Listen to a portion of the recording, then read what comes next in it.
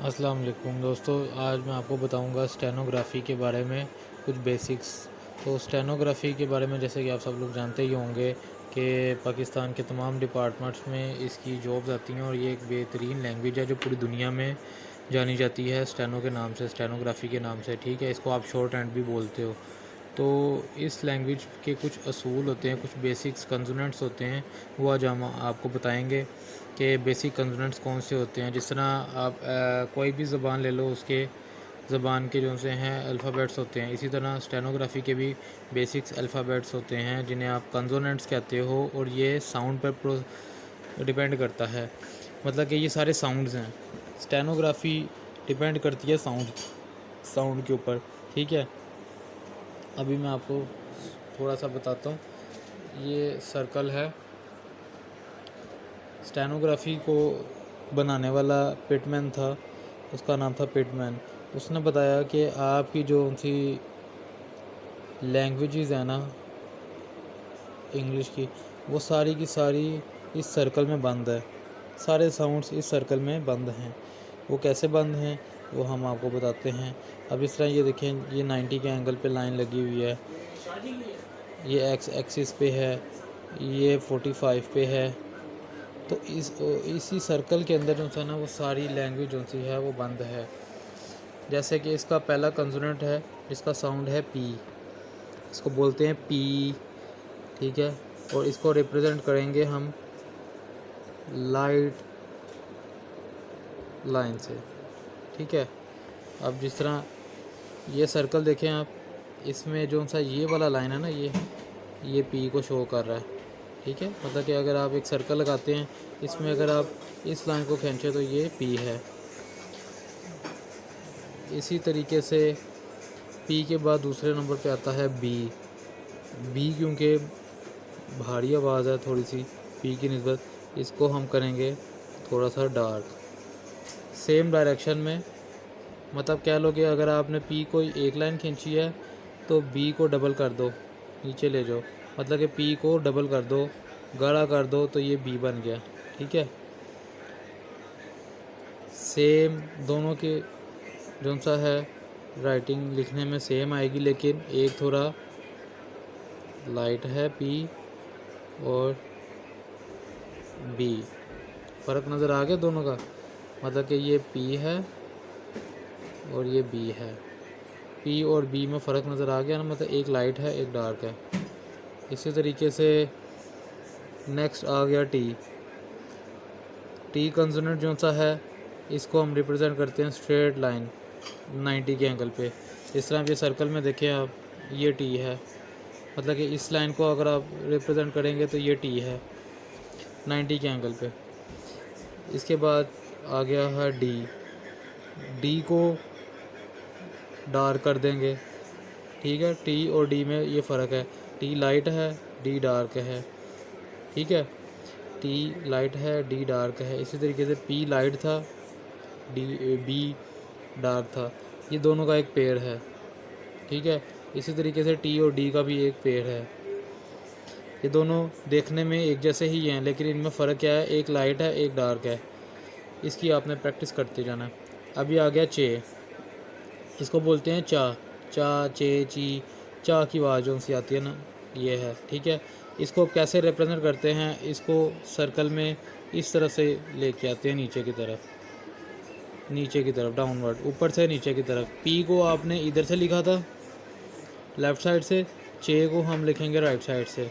ठीक है, ये आ गया चे, ये लाइट है। ठीक है, चे और जे का जो सा है पेयर है। जे को इसी तरीके से डार्क कर देंगे तो जे बन गया। ठीक है, ये आप पेयर की सूरत में भी याद कर सकते हो, मतलब कि पी बी टी डी चे जे, इस तरह करके। इसी तरीके से एक पेयर है एफ़ और वी का। एफ़ और वी को कैसे करते हैं, इसको शैलो कर्व कहते हैं। मतलब कि अब ये सर्कल है, सर्कल में अगर आप ये लेना चाहें, ये वाला इतना पार्ट लेते हैं, तो इसको हम एफ़ से रिप्रेजेंट करेंगे। इसको लिखेंगे, मतलब ये एफ़ है। ठीक है,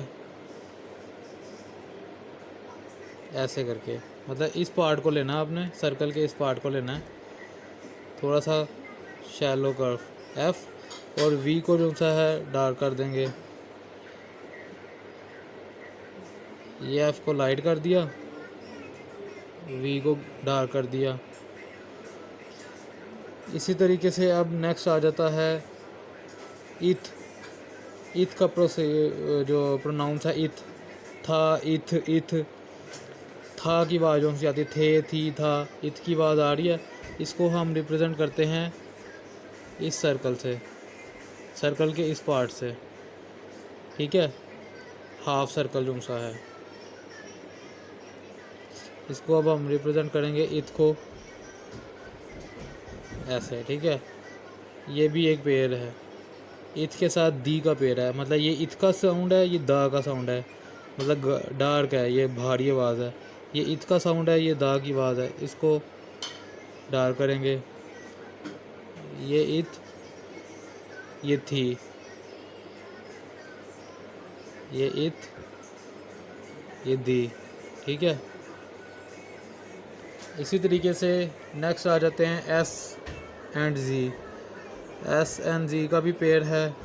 एस को रिप्रेजेंट करेंगे सर्कल के राइट साइड पे, ये कर्व, जिस तरह आपने एफ़ का कर्व दिया था ना शैलो, इसी तरीके से एस का भी शैलो कर्व है, लेकिन वो राइट साइड से है,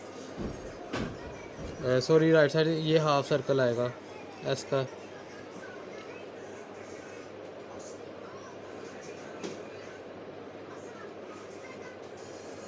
ये एस है और ये जी है, ठीक है। मतलब कि एस को लाइट करेंगे कंपेयर टू जेड, ये जी है। सर्कल में ये पार्ट जो सा है, ठीक है, इसकी प्रैक्टिस आप इस तरह भी कर सकते हो। ये एस, ये जी, ये एस, ये जी, ठीक है। इसके बाद देन आता है शी और जी, ये भी पेयर है। इन दोनों का भी जो सा है रिप्रेजेंट करेंगे सेम ही है, एक लाइट एक डार्क है। ये इश की आवाज़ आती है इसमें, और इसमें जी की आवाज़ आती है। जिस तरह आप फॉर एग्जांपल विजन में या की आवाज़ आती है ना, यन की आवाज़ आती है, वो ये साउंड प्रोड्यूस होता है। इसको रिप्रेजेंट करेंगे शैलो से, ये शैलो कर्व, ठीक है, इससे, जिस तरह एफ और वी का था। ये इश, ये जी, ठीक है। थोड़ा सा ऊपर कर देते हैं,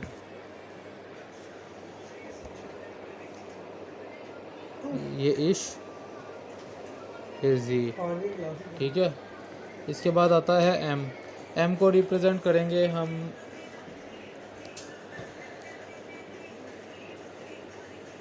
अपर पोर्शन जो सा है सर्कल का, एम, ठीक है, ऊपर वाला पोर्शन एम।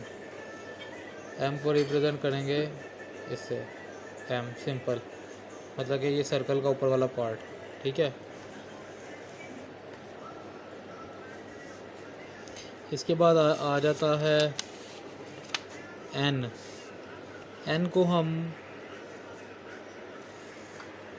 लोअर पोर्शन से ज़ाहिर करते हैं, ठीक है, ये एन है, ठीक है। अब एन और इंग, ये एन जी, इंग की साउंड है, ये एन की साउंड है। इनमें दोनों में फ़र्क क्या है, एन लाइट है, इंग डार्क है, मतलब जहाँ पर साउंड भारी हो रहा है वहाँ पर आपने डार्क कर दिया। ये एन लाइट है, ये एन है, ये इंग है, ये एन, ये इंग, ठीक है। ये एक ही है, ये दो नहीं लिखने।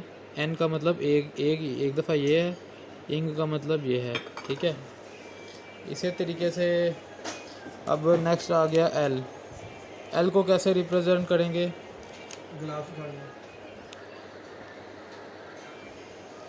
एल को यहाँ से उठाएंगे हम, इस पॉइंट से उठाएंगे सर्कल के, और अपवर्ड लेके जाएंगे यहाँ तक, मतलब कि यहाँ से यहाँ तक अपवर्ड कर्व। एल को आप लिखोगे डाउन टू अपवर्ड, नीचे से ऊपर की तरफ जाना है, ठीक है। ये एल है, L L L, down to upward half circle, ठीक है। इसी तरीके से आर है, आर को किस तरह लिखेंगे, आर को यहाँ से नीचे की तरफ लाएंगे, ठीक है। आर ये आ गया अप टू डाउनवर्ड, ठीक है, नीचे की तरफ आ रहा है आर, ये आर है, ये आर है, ठीक है।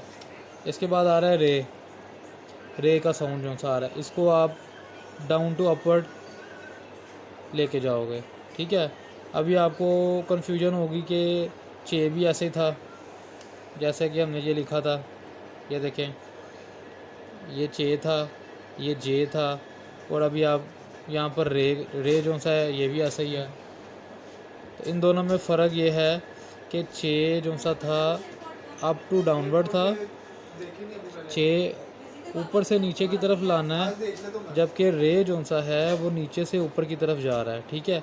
इसको लिखते वक्त आपने नीचे से ऊपर की तरफ लेके जाना है, ऊपर से नीचे की तरफ चे है, नीचे से ऊपर की तरफ रे है, ठीक है। ये तो हो गए साउंड सारे। अब आ गया डब्ल्यू, डब्ल्यू का साउंड जो सा है वो किस तरह डब्ल्यू को रिप्रेजेंट करेंगे, डब्ल्यू को वे भी कहते हैं, वे के साउंड में आ जाता है, वाह वी वाई, ये वाऊ वू, वाओ का साउंड जो भी आ रहा है ये डब्ल्यू को आ गया, ठीक है। ये आ जाएगा ऊपर की तरफ, ठीक है, यहाँ से ऊपर की तरफ हुक बना के हल्की सी लाइट सी हुक बनानी है आपने, लेफ़्ट साइड से हुक बनानी है, ऊपर की तरफ जाना है, ये वे है, ठीक है। नेक्स्ट आ जाते हैं ये वाई, ये इसको आप राइट साइड से हुक बनाएंगे और ऊपर की तरफ जाएंगे, ठीक है। वे का हुक लेफ़्ट साइड पे है, ठीक है, ये लेफ़्ट साइड पे है, और या का हुक है राइट साइड पे, ठीक है। अब आ गया हा का साउंड जो सा है इसको आप दो तरीक़ों से रिप्रेजेंट कर सकते हो, एक लेफ़्ट साइड से हुक बनाकर नीचे की तरफ आ जाओ, या फिर राइट साइड से ऊपर की तरफ चले जाओ, ठीक है। ये लेफ़्ट साइड से ऊपर की तरफ से नीचे हा, इनको इसको हा को दोनों तरीक़ों से रिप्रेजेंट कर सकते हो, वो आगे जाकर हम बताएंगे आपको, आप सीखोगे कि इन दोनों का इस्तेमाल कहाँ कहाँ पर होता है, सिचुएशन के अकॉर्डिंग जो सा ना, कहीं पर ये लगेगा कहीं पर ये लगेगा। तो आपने हा की प्रैक्टिस करनी है, हा हा हा हा, ठीक है। अब लास्ट आ गया, last one, second last one, के को रिप्रेजेंट करते हैं हम सर्कल में इस लाइन से, ठीक है। ये लाइन जो सी है एक्स एक्सिस पे, के को रिप्रेजेंट करेंगे लाइट, ये के है, और ये के और गे का जो सा ना गा का साउंड जो सा है ये पेड़ है, ठीक है। ये के है, ये गे है, ये के है, ये गे है, ये के है, ये गे है, ठीक है। सो गाइस, आप उम्मीद करता हूँ कि आप सबको समझ आ गई होगी। अगर कहीं से नहीं समझ आए तो वीडियो को दोबारा बैक करके भी आप देख सकते हो, पॉज करके भी देख सकते हो, समझ सकते हो। सो कमेंट में बताइएगा आपको लेक्चर 1 कैसा रहा, पसंद आया कि नहीं आया। अगर आया तो फिर हम नेक्स्ट स्टार्ट करेंगे नेक्स्ट लेक्चर भी। तब तक के लिए अल्लाह हाफिज़।